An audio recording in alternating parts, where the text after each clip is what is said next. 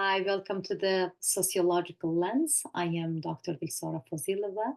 In today's lecture, we are going to talk about Karl Mannheim's Ideology and Utopia, a foundational text from 1929 that significantly shaped sociological and philosophical thinking in the 20th century.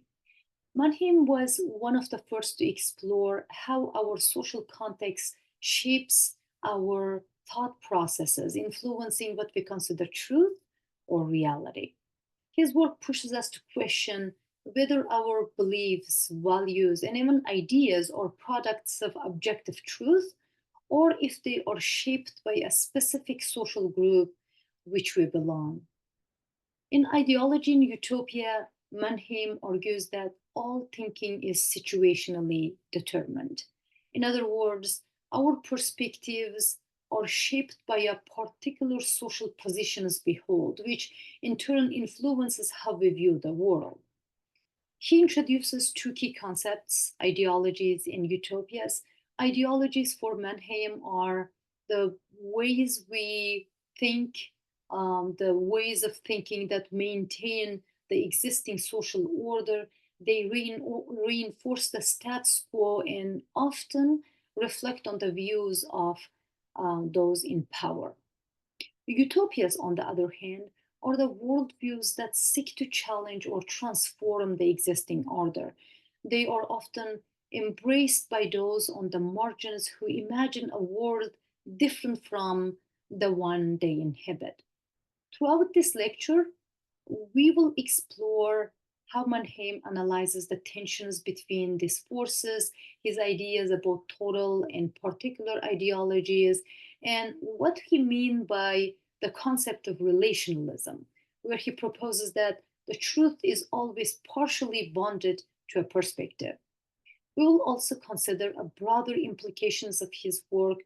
If all knowledge is socially situated, how do we evaluate what is truth or what is just? Is objective possible, or are we always subject to the ideologies and utopias around us? Mannheim's questions remain relevant today as we continue to grapple with the polarized ideologies, political conflicts, and competing visions of what our society should be. His insights offer a framework for understanding these dynamics not as fixed truth, but as reflections of social forces that continue to evolve. So let's get into Mannheim's brain, and see what we can learn about the social roots of our own beliefs and powerful role of ideas in shaping society. Ideology and Utopia represents pioneering attempt to map the sociological underpinning of human thought, analyzing how ideologies serve to legitimize existing structures while utopias provide a basis for social change. So, who is Karl Mannheim? Let's start with discussing a little bit about Karl Mannheim. Karl Mannheim was born in 1893 and died in 1947, just right after the World War II. He was a Hungarian-born sociologist and philosopher, renowned for his pioneering work on the sociology of knowledge. His central insight was that human thought is inherently shaped by social context, an idea that challenged traditional notions of objective universal knowledge. Mannheim studied and taught in Germany, where he became part of influential Frankfurt School. But he fled the United Kingdom in 1930s to escape Nazi persecution. There, he continued his academic career, contributing significantly to sociology and political theory. So Mannheim's most influential work is Ideology and Utopia, which was published in 1929. that explores how ideas and beliefs, whether ideological or utopian, reflect and serve the interests of particular social groups. He argued that ideologies often reinforce the perspectives and interests of dominant groups, thereby preserving the status quo, while utopias challenge the envision and alternative social order, often arising from marginalized groups seeking change. Mannheim's sociology of knowledge fundamentally reshaped how scholars understand the relationship between knowledge, power, and social structure, making him a key figure in modern social theory. Ideology of Utopia. So let's talk a little bit about the book.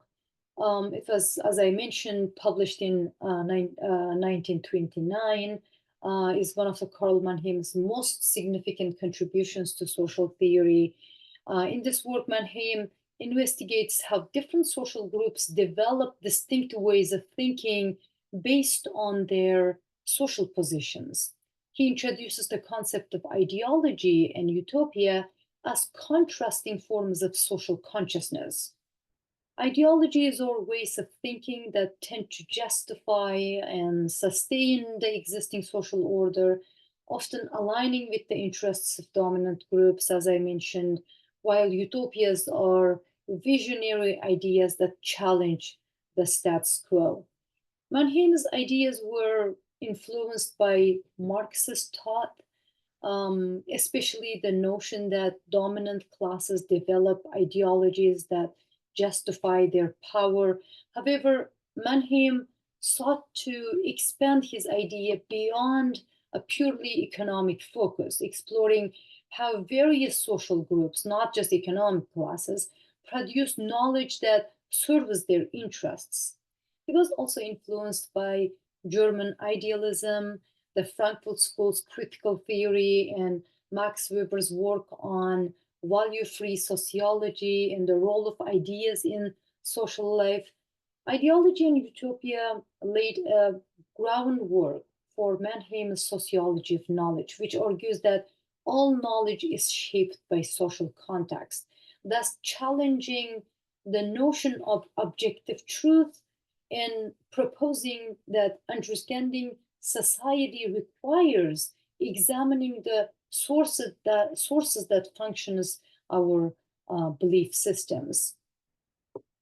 Um, ideologies, ideologies, the ideology and utopia is foundational to sociology of knowledge because it examines how ideas, beliefs, and worldviews are shaped by social context and serve different social purposes. In his work, Karl Mannheim challenges the notion that knowledge exists in a vacuum, arguing instead that all knowledge is socially situated. He proposes that ideologies and utopias, ways of thinking that either uphold or challenge the status quo, are deeply influenced by the specific social positions and interests of the groups that hold them. Mannheim's sociology of knowledge framework highlights that ideologies which justify and stabilize current power structures and utopias which seeks to transform society. So that's what we need to remember when it comes to ideologies and utopias. Ideologies that justify and stabilize current power structures, and utopias seek to transform society. They're not simply abstract ideas, but are connected to the material and social realities of particular groups. By understanding ideology and utopia as socially rooted forms of consciousness, Mannheim opens up a new way to analyze how knowledge is produced, distributed, and applied within society.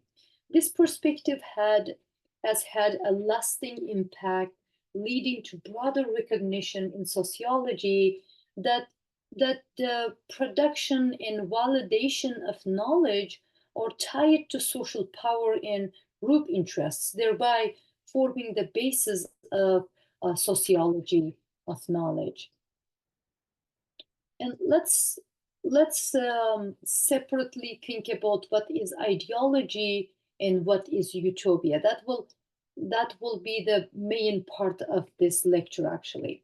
Karl Mannheim's concept of ideology is central to his analysis of how social groups create and maintain particular worldviews. In Ideology and Utopia, Mannheim argues that ideologies are systems of thought that reinforce and legitimate the status quo, often serving the interests of dominant groups in society. And Mannheim is not only one person who argues that. According to Mannheim, ideologies are not neutral, but are shaped by the social, economic, and political positions of those who hold them. This means that people in powerful positions often develop ideological beliefs that support existing social structures, which in turn helps to justify and protect their power. For Mannheim, ideologies emerge from perspective or standpoint of particular social groups, leading them to interpret reality in a way that aligns with their interests and positions. And sometimes it is natural. For instance, a ruling class may hold ideological beliefs that portray the existing social order as natural, just, or inevitable, thereby discouraging any efforts towards change. This view expands on Marx's concept of false consciousness, which suggests that ideologies obscure the realities of inequality by arguing that ideologies are rather frameworks that shape how entire groups interpret and rationalize their social world. Mannheim also distinguishes between two types of ideologies, particular and total. I will talk about that a little bit later. However, to just give you an idea, particular ideologies are a specific distortion that a group imposes on reality for its benefit. For example, propaganda. Total ideology, on the other hand, refers to more comprehensive worldview that a group develops based on its entire social position, shaping how it interprets all of reality, not just single issue. Mannheim's idea of total ideology implies that even our broadest frameworks of understanding are influenced by social structures, meaning no knowledge is truly objective. Through this analysis, Mannheim suggests that understanding ideology requires a sociology of knowledge, which seeks to identify the social roots of ideas and to reveal how knowledge production is tied to group interests and power. By uncovering the social origins of ideologies, Mannheim's work encourages critical examination of the underlying interests that shape what is accepted as truth or reality within different groups, making his approach a vital tool in analyzing the connection between and power and knowledge. And so, what is ideology and what is utopia?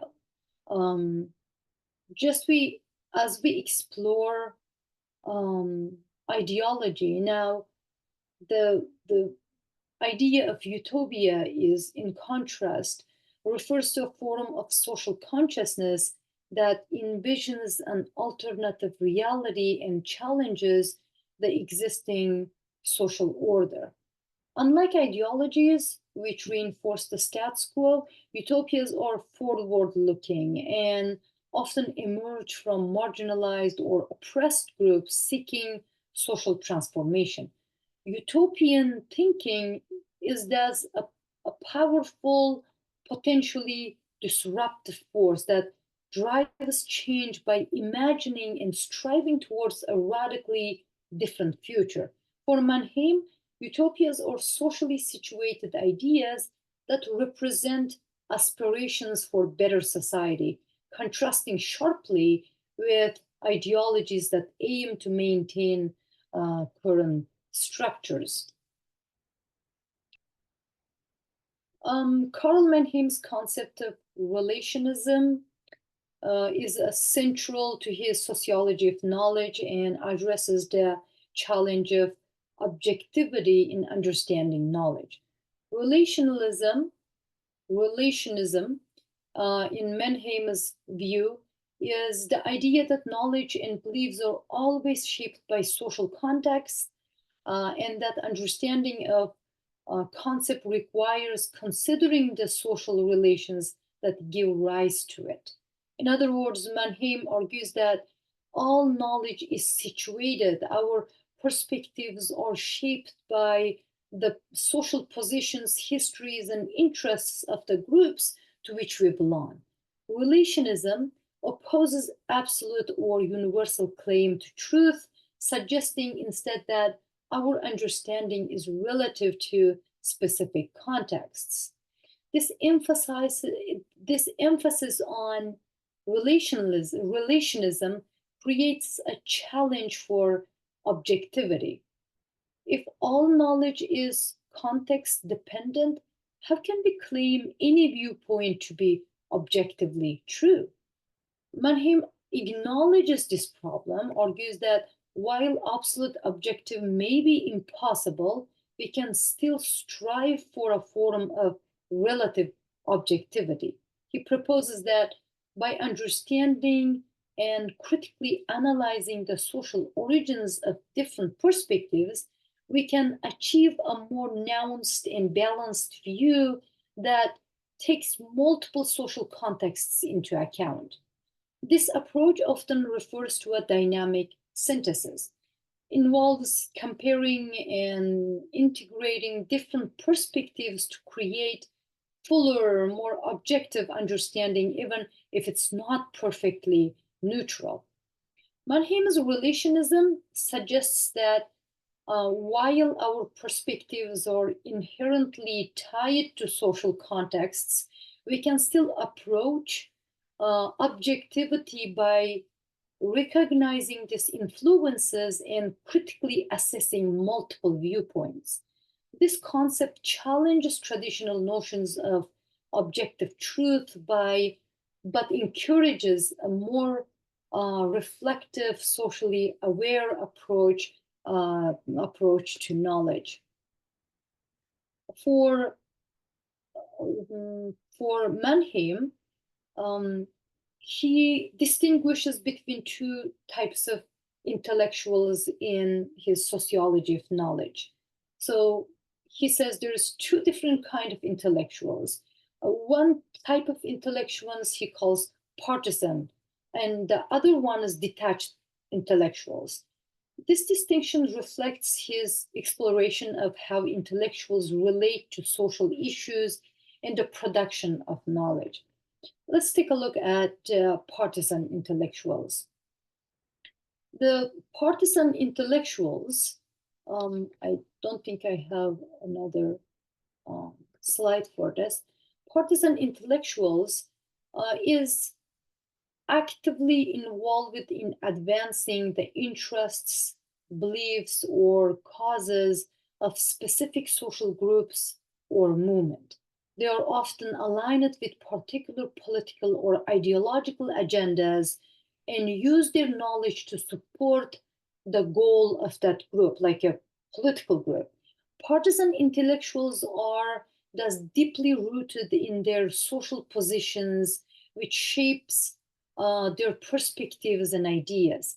For Mannheim, while partisan intellectuals play a crucial role in representing group interests, their closeness to these causes makes achieving objective, balanced perspectives challenging, as their knowledge and analysis are influenced by the biases of their affiliations. We can see this in many positions in political groups or the governmental positions, that the people who sit in one position and talk from their point of view, they consider everything around us, and their ideas and values and even thoughts are shaped by the positions they are involved with.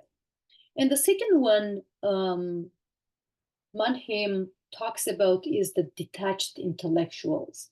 Oh, that's us. In contrast, Mannheim envisions the idea of the detached or free floating intellectual, someone who remains as independent as possible from any particular social group or partisan agenda. The detached intellectual, Mannheim believes that could transcend personal or group interests, approaching knowledge in a more impartial, reflective, and comprehensive manner. By remaining unattached, they could analyze social issues from multiple perspectives and mediate between compelling viewpoints. Mannheim saw this role as essential to achieving relative objectivity, as detached intellectuals could serve as mediators who synthesize diverse views, promoting understanding and balance in complex social debates. So Mannheim acknowledges, however, that complete detachment is difficult to attain, as all individuals are influenced by social context to some extent. Yet he argues that intellectuals should strive toward detachment, as it enables a more comprehensive and critical approach to knowledge that can bridge social divides and provide insight beyond narrow partisan interests. And he has also another idea, that is total versus particular ideologies. Let's explore this too. What is total ideologies and what's particular ideologies? Karl Mannheim's distinction between these two groupings of ideologies is a core part of his analysis in Ideology and Utopia, where he explores how different forms of ideological thinking shape our understanding of reality. So, particular ideologies refer to specific distortions of reality or beliefs that are deliberately or subconsciously used by individuals or groups to justify or advance their interests. These ideologies involve viewing isolated issues in a way that aligns with their interests of a particular group, often by obscuring or twisting facts to reinforce that group's perspective. Reminds me Trump. For instance,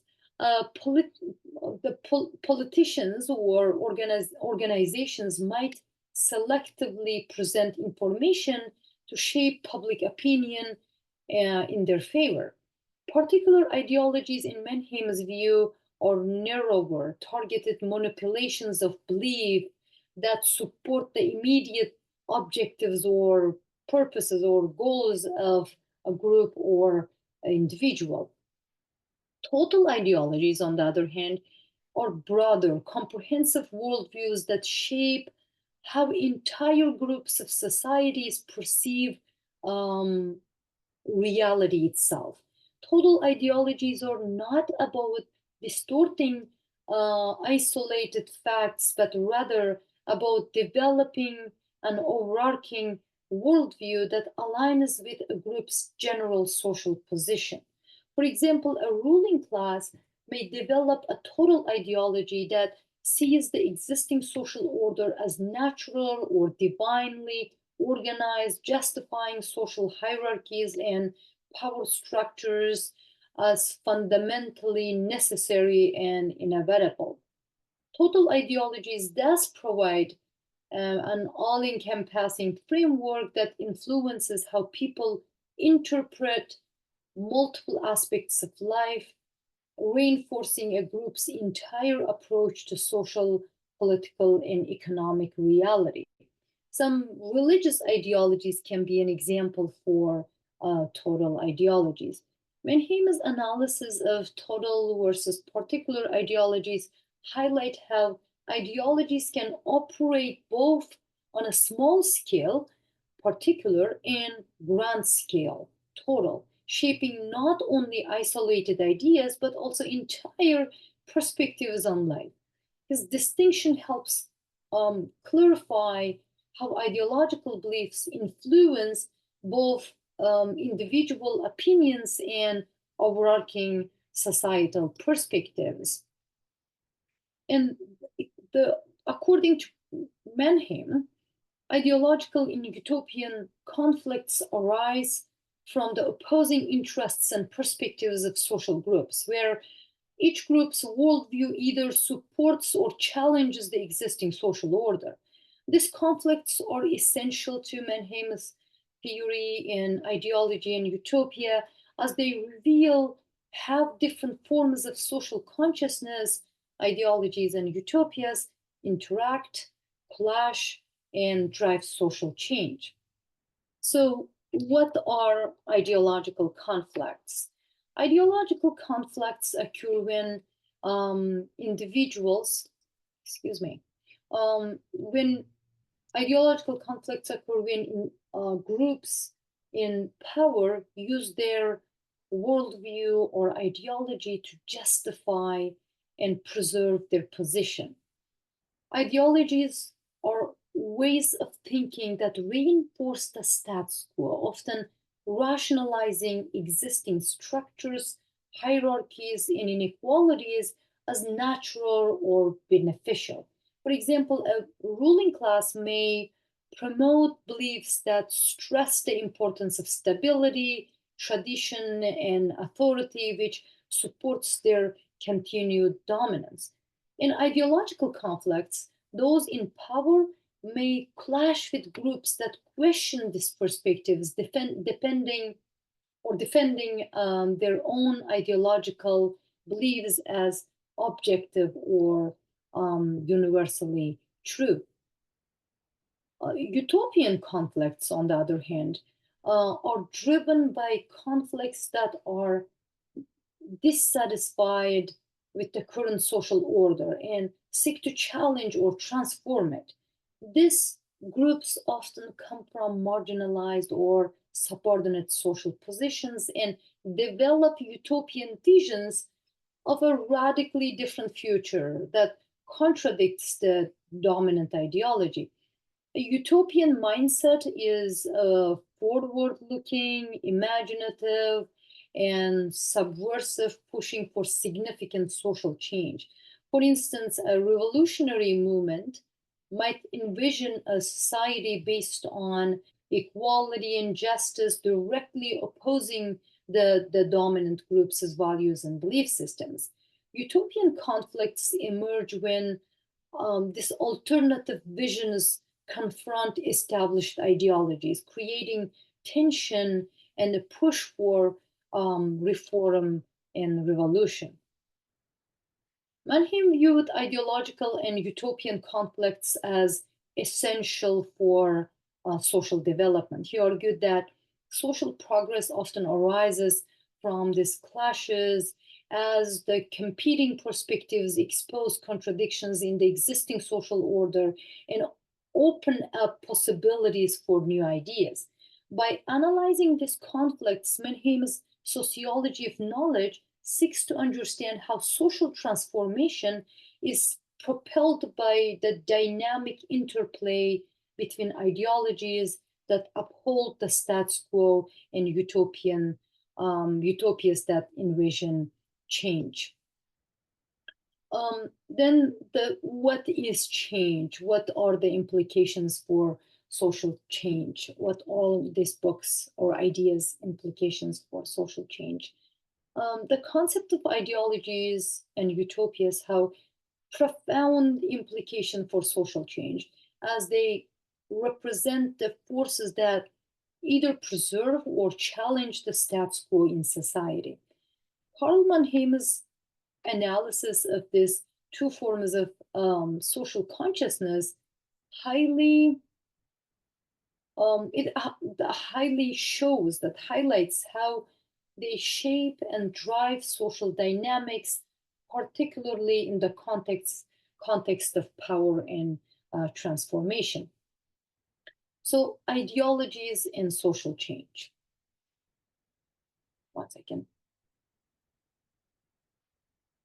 I talk too much and my throat is hurting. So, ideologies um, push us towards social change, and utopias push us towards social change, and how that happens. Ideologies tend to support and legitimate the existing social, political, and economic order. They provide rationalizations for the prevailing power structures and social hierarchies, often framing them as natural, inevitable, or just. Because ideologies maintain the status quo, they resist social change by discouraging challenges to established system. For instance, ideologies promoted by the ruling class can prevent revolutionary or reformist movements from gaining traction by framing their demands as unjust, impractical, or dangerous. Ideological systems, therefore, work to stabilize society, reduce tension, and maintain order, often making them a key barrier to social change. However, ideologies can also evolve or be contested as social contradictions become more apparent, for example, increasing inequality or social injustice. Ideologies may shift, adapt, or be undermined by critics from below. For example, ideological challenges to entrenched power, such as those posed by democratic movements or labor unions, can eventually result in political or social reforms. So, how utopias influence social change? Utopias, on the other hand, are radical, transformative visions of an idea, the visions of a better future or ideal future that challenge the existing social order. Utopian thinking is often the product of marginalized groups who experience oppression or alienation under the current system. These groups envision a society that is more just, equitable, and free from constraints imposed by existing power structures. Utopias are inherently disruptive because they seek to overturn or radically reform existing institutions, ideologies, and relationships. The implications of utopias for social change are profound. They provide a blueprint for what society could look like, inspiring movements that aim to create new social, political, or economic systems. Utopian visions fuel revolutionary movements, social reform, and political activism by mobilizing people to act on the belief that a better future is possible. Even if the utopia itself is never fully realized, the ideas it generates can drive substantial change by challenging prevailing ideologies and creating new possibilities for social organization. For example, utopian ideas about equality and human rights have driven struggles for civil rights, gender equality, and economic justice in society. Um, Overall, the interaction between ideologies and utopias is central to social change, according to Mannheim. Ideologies maintain stability, But as contradictions within the system become more pronounced, utopian ideas can provoke change by offering alternative visions and inspiring collective action. These conflicts between ideologies and utopias can result in shift in social consciousness, creating the contradictions for reform, revolution, or transformation. Mannheim's framework shows how social change often emerges from the tensions between the forces that seek to preserve the current order and those that imagine and strive toward a radically different future. Um, what is the significance of Mannheim's work? Karl Mannheim's work is considered one of the key figures, key works in sociology, and himself is considered as a key figures in the development of sociology of knowledge.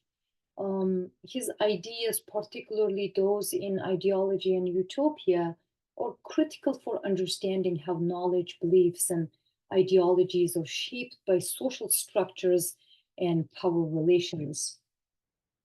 Some of the key points, Mannheim's primary contribution lies in his development of the sociology of knowledge, which explores how social, economic, and historical contexts shape what is accepted as knowledge or truth. He argues that knowledge is not objective or neutral, but is always influenced by the social conditions and positions of individuals or groups.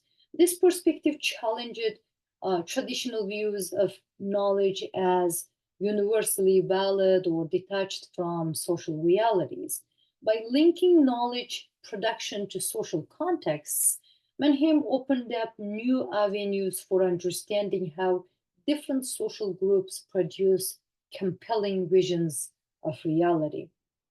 Um, the Mannheim's differentiation between ideology and utopia is also a foundational concept in sociology. He argues that ideologies serve the interests of dominant groups by legitimizing the existing social order, while utopias provide alternative visions for societal transformation, often emerging from marginalized groups. This distinction has helped scholars understand the dynamics between or dynamic relationships between power, knowledge, and social change. The idea that ideologies and utopias conflict with one another highlights the role of social groups in shaping and challenging societal structures. Also, as we mentioned earlier, Mannheim's analysis of the role of intellectuals, dividing them into partisan intellectuals and detached intellectuals, also has a lasting impact. He suggests that intellectuals have a crucial role in society, but their positions are often influenced by their social contexts. Partisan intellectuals advocate for specific group interests, while detached intellectuals seek a more objective, balanced perspective. This concept has influenced debates about the role of scholars and intellectuals in political life, raising questions about neutrality of academic work and the responsibilities of intellectuals in societal change. The another idea, Mannheim's work on ideology and utopia and the sociology of knowledge influenced a range of social theories, including Marxist thought, critical theory, and postmodernism. His insight into the social roots of knowledge have resonated with scholars who seek to understand how power structures shape what is considered valid or true knowledge. Additionally, his distinction between ideologies and utopias has had a lasting impact on political theory, particularly in understanding the dynamics of social change and the role of intellectuals and political movements in shaping dominant ideologies. Another one is Mannheim's approach also significantly contributes to the critics of objectivity in social sciences. He argued that complete objectivity is unattainable because all knowledge is socially situated. This critic laid groundwork for later developments in the philosophy of science, including the concept of perspectivism, which suggests that all knowledge is influenced by the standpoint from which it is produced. This has been especially influential in the development of postmodern thought, which emphasizes the importance of understanding knowledge in its specific social, historical, and cultural context. Mannheim's work